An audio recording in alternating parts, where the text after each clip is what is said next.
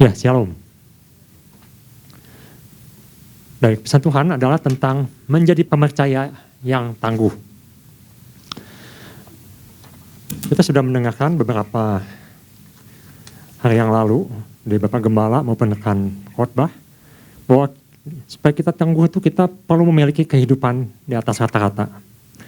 Kemarin juga Pak Marbun sudah menyampaikan kita harus memiliki kehidupan yang terus melekat dan berpusat pada Tuhan, berani menolak, memiliki komitmen yang kuat. Benar, itu harus yang kita miliki supaya kita tangguh. Karena kalau kata tangguh itu, sebenarnya apa sih tangguh itu? Tangguh itu biasanya seseorang mengatakan seseorang itu tangguh, suatu dia kuat menghadapi situasi yang sulit. Untuk situasi yang mudah, situasi biasa-biasa, kita tidak akan bisa membedakan di mana seorang itu tangguh, di mana seorang itu kuat, di mana seorang itu lemah, tidak kelihatan. Contohnya teman saya pernah mengatakan ketika dia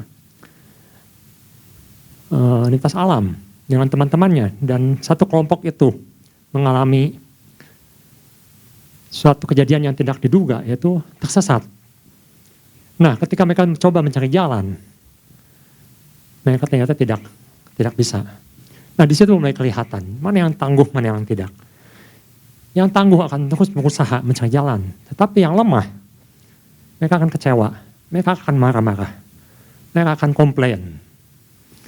Jadi tangguh ini adalah sesuatu di mana ada kekuatan yang ditunjukkan ketika ada situasi yang tidak baik. Contohnya kalau mobil, saya perhatikan di Bandung ini cukup banyak ternyata penggemar mobil jenis Jeep. Kadang saya berpikir, kok mobil Jeep tahun lama, boleh katakan sudah butut ya istilahnya. Tapi penggemarnya ini banyak sekali. Bahkan Jepang mulai memproduksi kembali replika-replika yang berjenis Jeep ini. Dan harganya sangat mahal. Bahkan teman saya berkata, ini barang investasi, harganya naik terus katanya. Luar biasa. Apa yang membuat mobil ini menjadi barang yang bisa diinvestasikan? Saya berpikir, kok barang kayak gini bisa jadi investasi? Ternyata mobil jenis Jeep ini adalah, orang sebut juga jenis tough. Tough, kalau kita katakan tough itu berarti tangguh. Kenapa bisa tangguh? Karena kalau mobil biasa dibawa ke hutan, maka mobil itu akan masalah. Tetapi mobil Jeep ini, di jalan berbatu oke, jalan menanjak oke, masuk hutan juga oke, jalan berlumpur tidak masalah. Kalau dua roda tidak berhasil, dia bisa pakai 4 roda. Tough, tangguh. Nah ini yang ketika saya pikirkan, rupanya Tuhan ingin kita, melalui pesannya di minggu ini, ingin menjadi umat yang tough, yang kuat, yang tangguh, bukan umat yang cengeng, bukan umat yang gampang menyerah. Nah kita akan belajar pagi hari ini, bagaimana kita menjadi tough, kuat, tangguh. Seperti kalau di dalam army itu atau tentara itu ada pasukan elit. Dan di pasukan elit itu ada satu lagi yang lebih elit lagi. Mungkin Bapak Ibu pernah mendengar yang namanya sniper. Dulu saya pikir sniper itu keahliannya hanya cukup menembak tepat. Tetapi saya pernah baca satu buku, judulnya American Sniper. Di situ ceritakan bagaimana seorang sniper itu punya keunggulan yang disebut tough itu. Bisa berhari-hari mereka di hutan, di tempat yang tidak ada makanan, minuman. Bertahan di situ. Untuk apa? Untuk menembak mangsanya, mencapai tujuannya.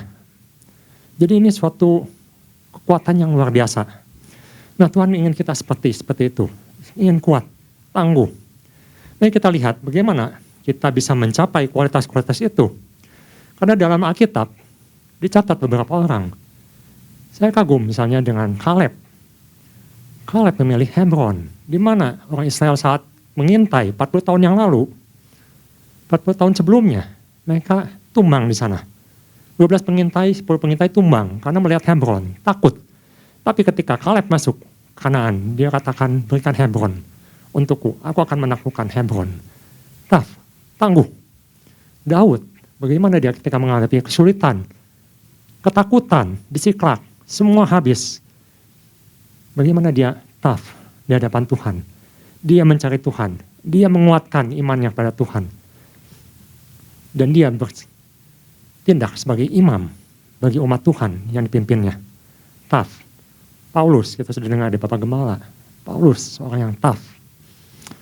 Nah, hari ini kita akan belajar juga bagaimana menjadi umat yang tangguh dari Daniel dan teman-temannya.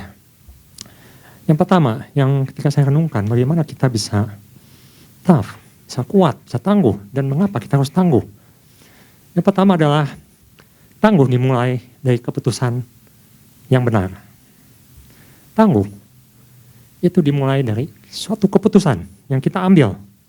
Keputusan yang benar dimulai dari satu langkah yang kita ambil. Satu langkah yang benar. Daniel 1 ayat 8. Saya akan bacakan. Daniel 1 ayat ke-8. Di situ katakan, Daniel berketetapan untuk tidak menajiskan dirinya dengan santapan raja dan dengan anggur yang biasa diminum raja. Dimintanyalah kepada pemimpin pegawai istana itu supaya ia tidak usah atau tak usah menajiskan dirinya. Kita lihat Daniel, Sadak, Mesak, Abednego. Mereka bagaimana bisa kuat, bisa tangguh. Dimulai dengan satu ketetapan.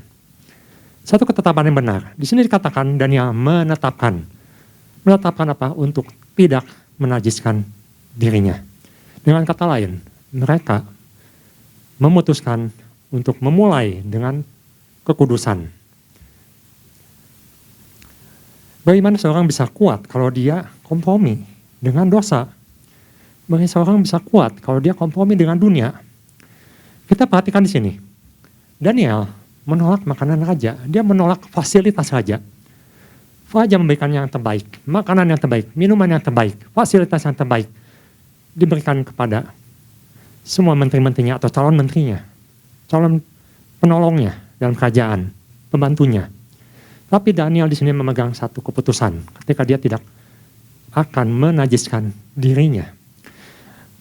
Saya tidak berbicara tentang makanan atau minuman di sini, karena ada orang mungkin yang berpendapat, oh kalau gitu harus makan sayur, harus jadi vegetarian. Kita tidak akan membahasnya di sini hari ini. Atau kita tidak boleh makan daging. Bukan soal itu. Tetapi di sini yang jelas, yang ditekankan adalah Daniel menolak kenajisan. Kenapa kita harus menolak kenajisan? Kita tahu bahwa dunia ini sekarang menawarkan. Dunia menawarkan. Semua ditawarkan. Sama ketika kita bisa melihat di sini ya. Di Roma 12 pasal 2. Paulus mengingatkan kita tentang dunia ini, di mana dunia ini banyak menawarkan baik dari ideologi maupun juga tawaran-tawaran yang membuat mungkin anak-anak Tuhan bisa jatuh, yang membuat kita bisa menajiskan diri kita. Dengan apa? Dengan mengikuti cara dunia. Paulus mengingatkan di sini, janganlah kamu menjadi serupa dengan dunia ini, jangan sama dengan dunia ini, jangan pakai cara-cara dunia, tetapi berubahlah dengan pembaharuan budimu. Supaya apa? Sehingga kamu dapat membedakan mana yang kehendak Allah, apa yang baik, yang berkenan pada Allah, dan yang sempurna. Nah, itu yang Daniel lakukan. Daniel bisa membedakan mana yang menyenangkan hati Tuhan, mana yang bisa membuat dirinya kudus, yaitu dengan menolak untuk menajiskan dirinya. Kita lihat dunia ini sangat luar biasa, karena sekarang seolah-olah kalau kita tidak ikut pergerakan dunia, maka kita ini menjadi orang yang diasingkan. Orang yang tidak akan mendapat apa-apa. Sama seperti iblis yang mencobai Yesus. Itu adalah ciri-ciri dunia. Ada yang ditawarkan. Keinginan daging, keinginan mata, keangkuhan hidup. Itu yang dicatat di 1 Yohanes 2 ayat 16. Dunia menawarkan hal-hal ini, terutama 3 hal ini yang sangat jelas. Kedagingan. Kedagingan ini berbicara tentang perut atau keperluan kita atau keinginan kita yang bisa memuaskan hidup kita. Beberapa minggu yang lalu kita mendapat pesan bahwa kita hidup bukan hanya untuk makanan, bukan untuk memuaskan hanya jasmani kita. Karena kalau kita hanya memuaskan hanya untuk jasmani, maka kita akan sama dengan Esau. Di kisah pasal Kisah Para Rasul, pasal 17 ayat 18, kita tidak usah baca, nanti Ibu Bapak bisa bandingkan. Di situ Paulus berargumentasi dengan pengikut-pengikut yang disebut dengan Epikuros dan Stoa. Epikuros itu adalah sesuatu yang sebenarnya sedang kita alami di dunia ini, di mana dunia mengatakan, sudah kehidupan ini, kita tidak ada hubungannya dengan kematian. Karena itu, dalam dunia ini kita harus memuaskan jasmani kita. Kita harus bersenang-senang. Kita harus senang dalam dunia ini. Kita nggak boleh sulit, kita nggak boleh kecewa, kita nggak boleh menderita. Kita harus senang dalam dunia ini. Itu yang dikatakan oleh Epikuros dan Paulus di situ. Berargumentasi, mengatakan bahwa kita hidup bukan untuk hanya kesenangan jasmani. Tapi ada roh Tuhan, ada roh Allah, ada kekudusan. Bukan untuk memuaskan hanya apa yang dalam dunia ini, karena masih ada kelanjutannya di dunia yang akan datang. Keinginan mata, kita ingat di sini, mungkin dalam beberapa minggu ini, kalau Ibu Bapak baca berita, sedang ramai tentang net 89. Di situ dikatakan, korbannya, kerugiannya mencapai triliunan rupiah. Bukan 1 juta, 2 juta, bukan ratusan juta, bukan miliar. Triliun rupiah. Mengapa orang bisa tertarik, ingin seperti itu? Karena mereka melihat orang lain, mereka membandingkan dengan orang lain, dan mereka ingin sama seperti mereka yang bisa mendapatkan dengan cepat kekayaan. Itu yang ditawarkan oleh dunia, ingin cepat jadi kaya, apapun caranya. Dan akhirnya mereka tertipu. Karena iblis ini penipu. Dan iblis tawarkan juga pada Tuhan, pada Yesus, tentang keangkuhan hidup. Dia katakan, apapun akan kuberikan padamu, asal engkau menyembah aku.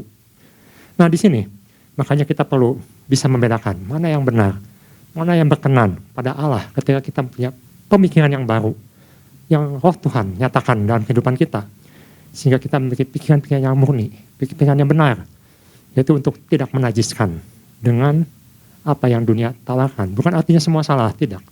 Tapi kita harus bisa membedakan mana yang benar, mana yang berkenan kepada Tuhan. Jadi di sini Tuhan ingin kita memurnikan hati kita dulu, memurnikan pikiran kita dulu. Di Matius pasal 15 ayat 18 sampai 20 di situ dikatakan, saya akan bacakan. Matius pasal 15 ayat 18 sampai 20. Tetapi apa yang keluar dari mulut berasal dari hati, dan itulah yang menajiskan orang. Karena dalam hati timbul segala pikiran jahat, pembunuhan, perzinahan, percabulan, pencurian, sumpah palsu dan hujat. Itulah yang menajiskan orang. Jadi Tuhan ingin kita memurnikan hati dulu. Karena kalau hati kita tidak benar di hadapan Tuhan, maka otomatis kita akan mengikuti cara dunia. Kita akan kompromi dengan dunia. Kita akan menajiskan diri kita sama dengan dunia. Jadi yang pertama, kita harus memutuskan dulu langkah apa yang akan kita ambil. Yaitu dengan berketetapan seperti Daniel untuk tidak menajiskan diri. Yang kedua, mengapa kita harus tangguh? Kita baca di Daniel pasal 3 ayat 8. Di situ dikatakan, Daniel pasal 3 ayat 8. Pada waktu itu juga tampillah beberapa orang Kasdim menuduh orang Yahudi. Apa yang bisa kita pelajari dari peristiwa Sadak, Mesak, dan Abednego di sini? Yang kedua adalah kita harus tangguh, karena tangguh itu adalah satu keharusan, bukan pilihan. Betul, Gembala sering mengatakan, dalam kehidupan ini, kita ada dalam satu pertandingan. Ikut atau tidak ikut, kita ada di sana. Sedang mengalami pertandingan, bukan pilihan. Dan dalam pertandingan, kita harus tangguh, harus kuat. Dalam Daniel pasal 3 ayat 8, kita bisa lihat di sini. Ikut atau tidak ikut, dunia akan menuntut kita. Dunia akan mempersulit kita. Karena kita dan dunia ini tidak bisa bersatu. Jadi ini adalah tentang status anak Allah. Status anak-anak Tuhan. Dunia tidak suka dengan anak Tuhan. Makanya kita perhatikan. Sangat mengherankan.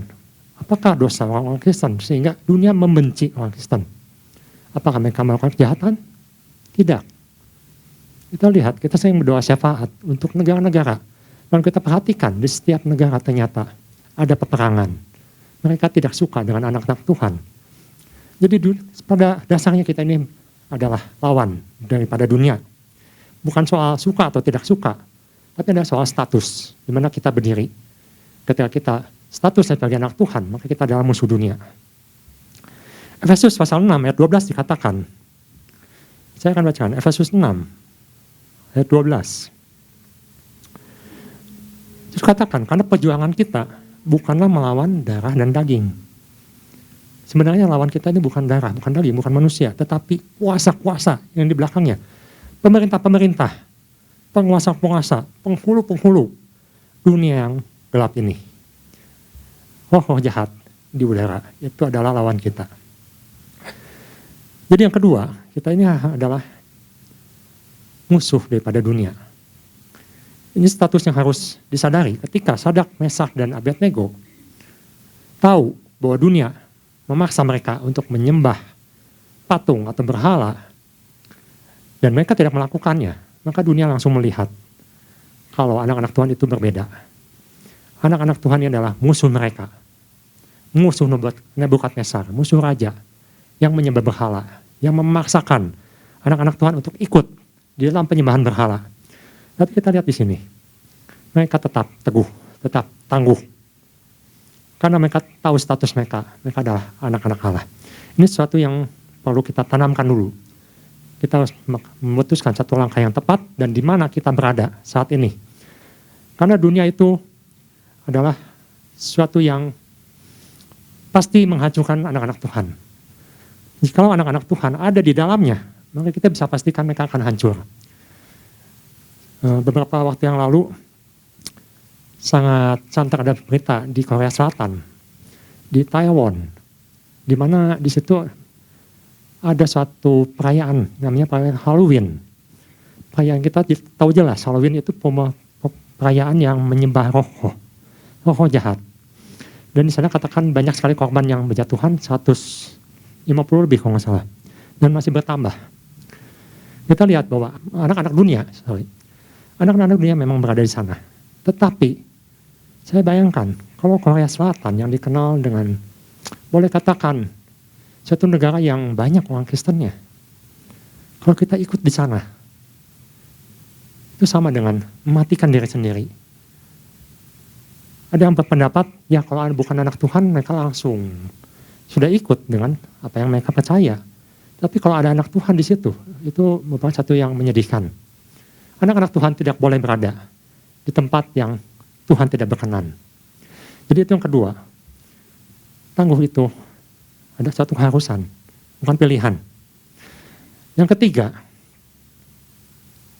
mengapa kita harus tangguh? Kita lihat di Daniel, di sini ada tiga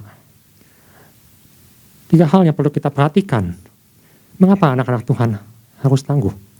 Karena di sini mengandung janji. Janji dari Tuhan sendiri. Di mana janji ini ada tiga.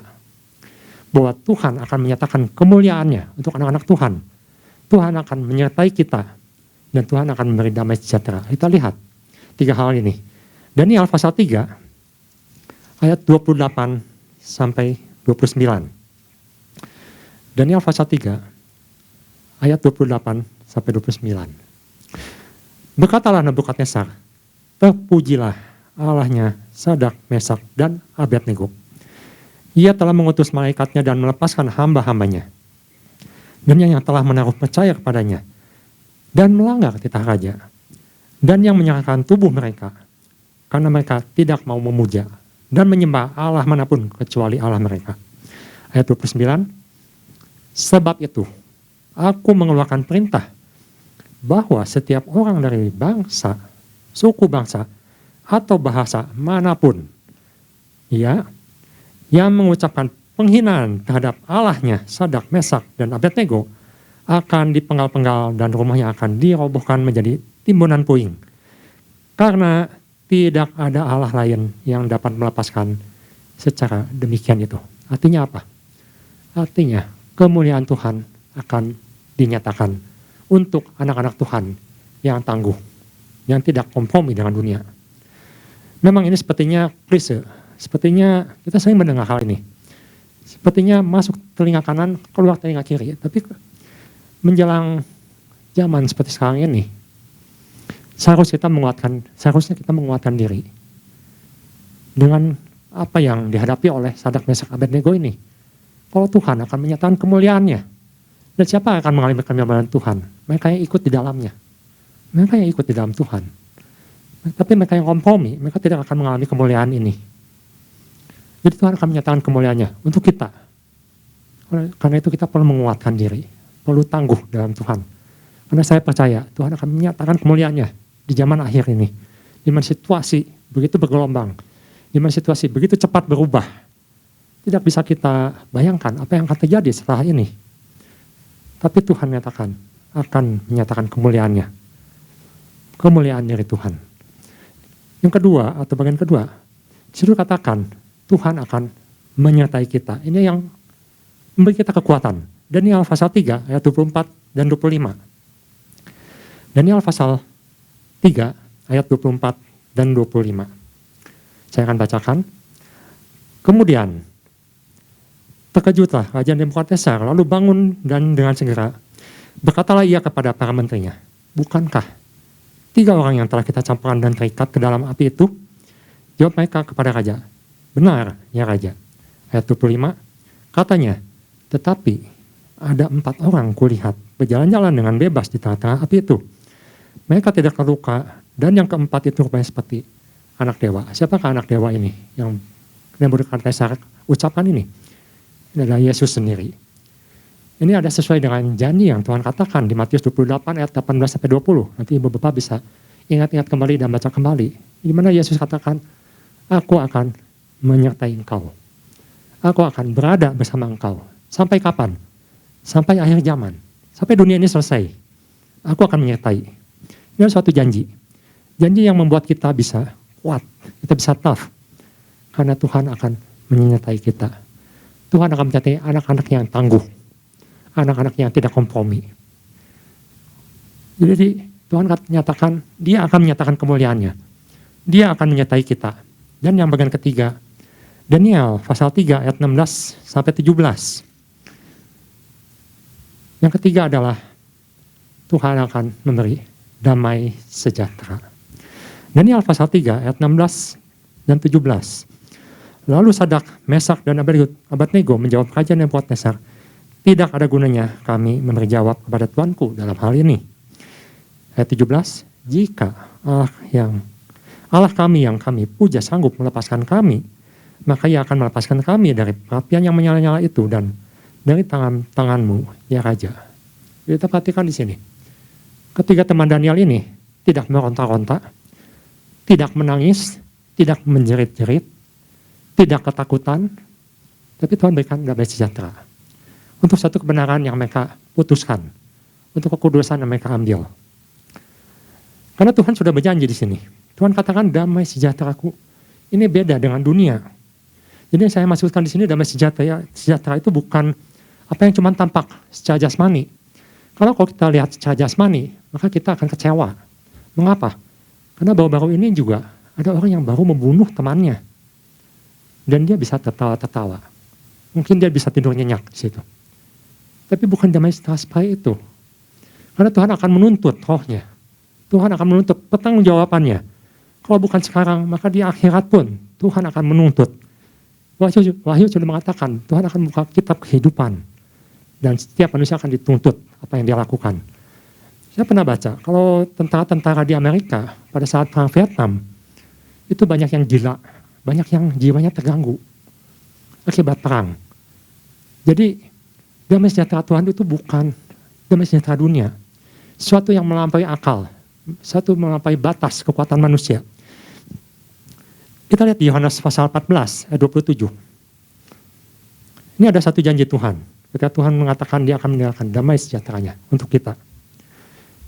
Yohanes pasal 14 ayat 27. Damai sejahtera ku tinggalkan bagimu. Damai sejahteraku ku berikan kepadamu. Dan apa yang kuberikan tidak seperti yang diberikan oleh dunia kepadamu. Jadi Tuhan katakan jangan gelisah dan gentar hatimu. Kata ini, jangan gelisah dan jangan gentar, kalau kita coba cari dalam Alkitab, itu banyak sekali, diulang-ulang. Bahkan ketika bangsa Israel akan masuk Kanaan, di situ Tuhan mengatakan pada Yosua, kuatkan hatimu, teguhkan hatimu. Dan itu diulang-ulang terus-menerus kepada umat Israel. Tuhan katakan, teguhkan, kuatkan hatimu. Mengapa? Karena Tuhan ini adalah Tuhan yang Immanuel. Tuhan yang menyertai kita, dan Tuhan yang memberikan damai sejahtera untuk kita. Nah, ketika saya renungkan ketiga hal ini, seharusnya kita ini ada umat yang tangguh. Karena ada janji-janji Tuhan yang dikatakan, Tuhan akan menyatakan kemuliaannya. Tuhan akan menyertai kita. Kita tidak berjalan sendiri.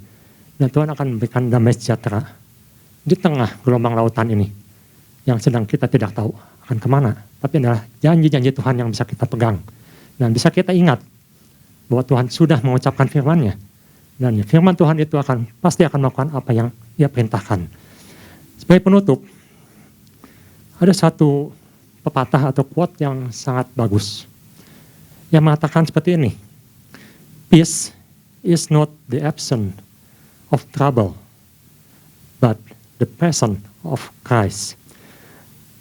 Damai sejahtera ini bukan soal karena adanya masalah-masalah dalam hidup kita, kesulitan-kesulitan dalam hidup kita. Tetapi damai sejahtera ini adalah karena ada Kristus dalam hidup kita. Itu yang terpenting, dan itu yang menjadikan kita kuat, kita tough. Jadi sekali lagi, mari kita menjadi umat yang kuat, umat yang tough di dalam Tuhan. Dan kiranya Tuhan kuatkan kita semua. Dan sekian firman Tuhan, Tuhan Yesus memberkati.